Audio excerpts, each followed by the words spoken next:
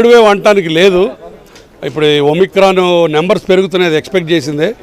But దీనికి అంతగా ఆందోళన చెందాల్సిన పని లేదు. ఎందుకంటే లాస్ట్ 3 months సౌత్ ఆఫ్రికాలో నుంచి తెలిసిపోయింది చాలా మైల్డ్ వేరియంట్ ఇది. డెల్టాతో కంపేర్ చేసి చాలా తక్కువ. హాస్పిటల్ అడ్మిషన్స్ కూడా ఐసీయూలో అడ్మిషన్లు, ఆక్సిజన్ రిక్వైర్మెంట్ అడ్మిషన్లు ఏమాత్రం లేవు. నెంబర్లు పెరుగుతాయి. 50,000 కాదు 1,00,000 అవుతాయి. వాటిని భయపడద్దు. సో బట్ భయపడద్దు అని చెప్పి మీరు విచ్చలవిడిగా కూడా తిరగద్దు. జాగ్రత్తలు తీసుకోండి. సింపుల్ జలుబు, దగ్గు, కాస్త బాడీ పెయిన్స్ వస్తాయి, 2 రోజులు తగ్గిపోతాయి. సో ఇప్పుడు సౌత్ ఆఫ్రికా ఈ కంట్రీస్లో అయితే టెస్ట్ కూడా చేసుకోక్కర్లేదు అంటున్నారు. ఆ గైడ్లైన్స్ ఇంకా మనకు రాలేదు. But as far as you are concerned, take care of your self.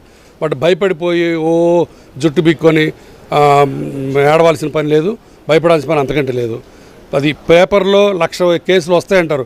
1,00,000 జలుబులు అనుకోండి, అంతే. 1,00,000 జలుబులకి ఎవడు భయపడ్డా కదా, 1,00,000 ఫ్లూలకి ఎవడు భయపడ్డా కదా. సేమ్ అంతకుమించి ఇంకేం లేదు దీనికి సీన్. ఇదేమి నేను థర్డ్ వేవ్ అనుకోను. పాండమిక్ ఎండమిక్ అయ్యే స్టేజ్లో ఇలానే వస్తాయి నెంబర్స్. ఎండమిక్ అంటే టకటకటక నెంబర్లు పెరిగిపోయి ఇక అందరికి రేపటి నుంచి అందరికీ జలుబు తుమ్ముల్లాగా అయిపోతుంది. That's all. ఎండమిక్ అయ్యే స్టేజ్లో ఉన్నాం మనం. ఇంకొక నెల మ్యాక్సిమం 2 monthsలో ఎండమిక్ వచ్చేస్తుంది. అఫీషియల్గా కూడా డిక్లేర్ అయిపోద్ది. సో కాబట్టి ఒమిక్రాన్ గురించి భయపడద్దు. అట్లని చెప్పి విచ్చలవిడిగా తిరగద్దు. ట్రీట్మెంట్ ఏమీ లేదండి. అంతకుముందులాగా రెమెడీస్ వరకు కూడా అక్కర్లా. సింపుల్ వైటమిన్ సి, తలనొప్పి ఉంటే కాస్త ట్యాబ్లెట్ డోలో, అంతమించి ఇంకేం అక్కర్లేదు. ప్రాపర్ హైడ్రేషన్, బాగా నీళ్లు తీసుకోండి, అంతమించి ఇంకేం అక్కర్లేదు. ఏం వస్తుంటారో బాబు వేరియంట్స్, మనుషులు ఎన్ని రకాలు ఉన్నాయో వాటిలో ఎన్ని రకాలు ఉంటాయి. అడిగి టెన్షన్ పడక్కర్లా.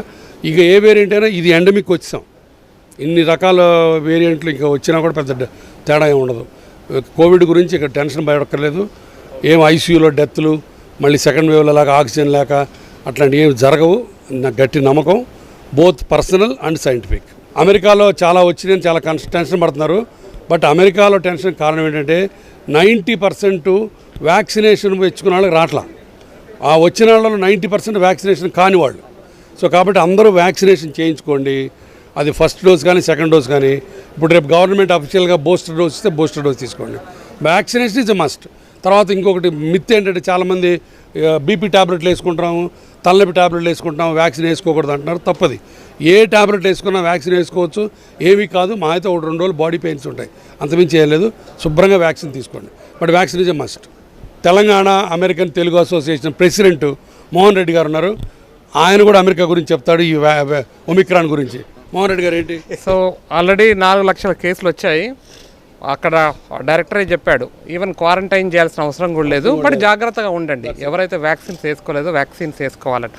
అంటే ఇండియాలోనే కాదు అమెరికాలో కూడా మూఢనమ్మకాలు ఉన్నాయి, చాలా ఎక్కువ ఉన్నాయి. సో దాదాపు 60-65% అయింది వ్యాక్సినేషన్లు. సో అందరికీ వాళ్ళు ఏమంటున్నారంటే వ్యాక్సిన్ వేసుకోమని చెప్తున్నారు. బట్ భయపడాల్సింది ఏం లేదు ఈ న్యూ వేరియంట్ వల్లని. టెస్టింగ్ అక్కర్లేదు, ఐసోలేషన్ అక్కర్లేదు. డాక్టర్ గారు చెప్పినట్టు కొత్త వేరియంట్స్ వస్తూ ఉంటాయి. How to move on. మనకి ఇంకా వేరే అవకాశం లేదు.